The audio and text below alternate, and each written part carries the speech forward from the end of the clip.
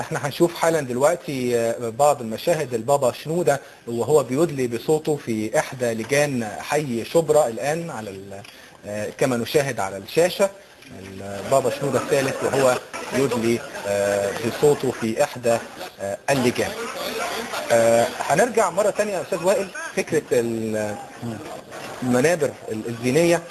وكتبت امبارح مقال قلت اهم او اشهر خطبة الجمعة في تاريخ مصر، لان بالزبط. كانت الاعلام في صمت اعلامي وكان المنبر الديني بالزبط. هو اللي بيعتريه الخطباء. وحدث ما توقعته، ويعني انا جات لي اتصالات كتير جدا من نواب وبرلمانيين سابقين بيقولوا ان حصل اشتباكات على المنابر.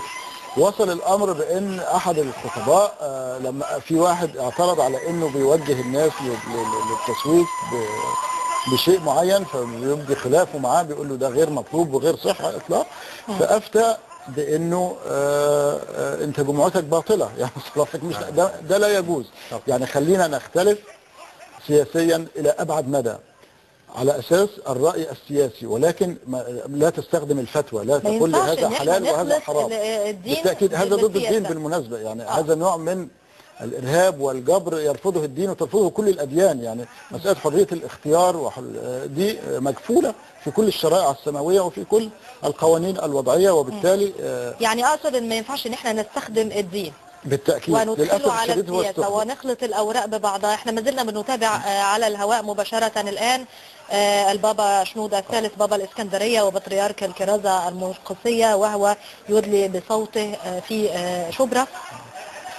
والحقيقه يعني كاميرات كثيره موجوده، تغطيه اعلاميه كبيره في هذا المكان في محاوله لاخذ كلمه من البابا شنودة وهو متوجها للادلاء بصوته. الحقيقه يعني ايجابيه من كل المصريين النهارده. يعني في مثل اعلى لكل المصريين في كل مكان يعني وفي كل دايره الشعب هو الذي يشرف على تنظيم انتخابات. قبل كده يعني كنا بنتكلم عن حيره شديده كانت بتبقى موجوده لدى الشعب المصري.